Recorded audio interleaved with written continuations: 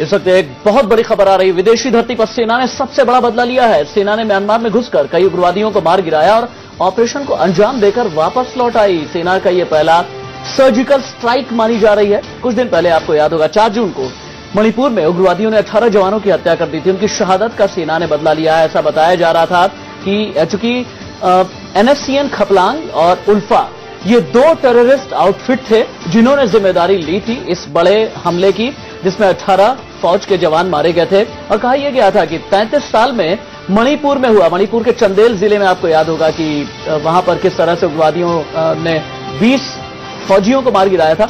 Operation को अंजाम देकर के सेना वापस लौट आई है। म्यांमार की सेना के साथ इस ऑपरेशन को अंजाम दिया गया है। ये इस वक्त की सबसे बड़ी खबर है कि हमारे सुरक्षा कर्मियों के ऊपर चंदेल मणिपुर में 4 जून 2015 को हुए हमले के बाद पूरे इलाके में हाई अलर्ट घोषित कर दिया था। पिछले कुछ दिनों में हमें विश्वसनीय और विशेष सूचना मिली कि हमारी सीमा के अंदर कुछ और हमलों की साजिश हो रही है। ये हमले उन्हीं गुटों और उन्हीं सहयोगियों के द्वारा होने की संभावना थी जिन्होंने हाल ही में हमारे सुरक्षा कर्मियों पर हमला किया था। इस होने वाले हमले के खतरे के लिए तुरंत जवाबी कार्रवाई की जरूरत थी। इस पक्की खबर के आधार पर सेना ने इस योजनाबद्ध हमले के विरुद्ध कार्रवाई की। आज सुबह भारतीय सेना ने नागालैंड और मणिपुर से लगे भारतीय म्यांमार की सीमावर्ती इलाकों में 2 जगह अलग अलग उग्रवादी गुटों के विपरीत कार्रवाई की। इस कार्रवाई में विरोधी गुटों का काफी नुकसान पहुंचा है।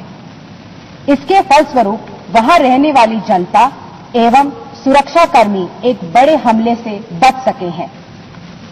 इस विषय पर हम म्यांमार प्राधिकारियों के संपर्क में हैं। तो उग्रवादियों के 2 ठिकाने पर कार्रवाई की गई है। फौज की तरफ से ये जो प्रवक्ता है वो जानकारी दे रही थी कि पहली बार विदेशी धरती पर कार्रवाई की गई है। आजाद हिंदुस्तान के इतिहास में विदेशी धरती पर यह पहली सर्जिकल स्ट्राइक और हिंदुस्तान के लिए ये एक बहुत बड़ी खबर है। पहली बार विदेशी धरती पर सेना ने बदला लिया है। आपको याद होगा कि 4 जून को मणिपुर के चंदेल जिले में उग्रवादियों ने आतंकी हमला किया था। इस आतंकी हमले में हिंदुस्तानी सेना के 18 जवान मारे गए थे और इसके बाद ही ये कहा जा रहा था कि इसके बाद ही जैसी जानकारी मिल रही है कि उग्रवादियों के 2 ठिकानों पर कार्रवाई का प्लान बनाया गया और इस एक्शन प्लान को बेहद गुप्त तरीके से अंजाम दिया गया। आज सुबह 2 अलग गुटों में कार्रवाई की गई।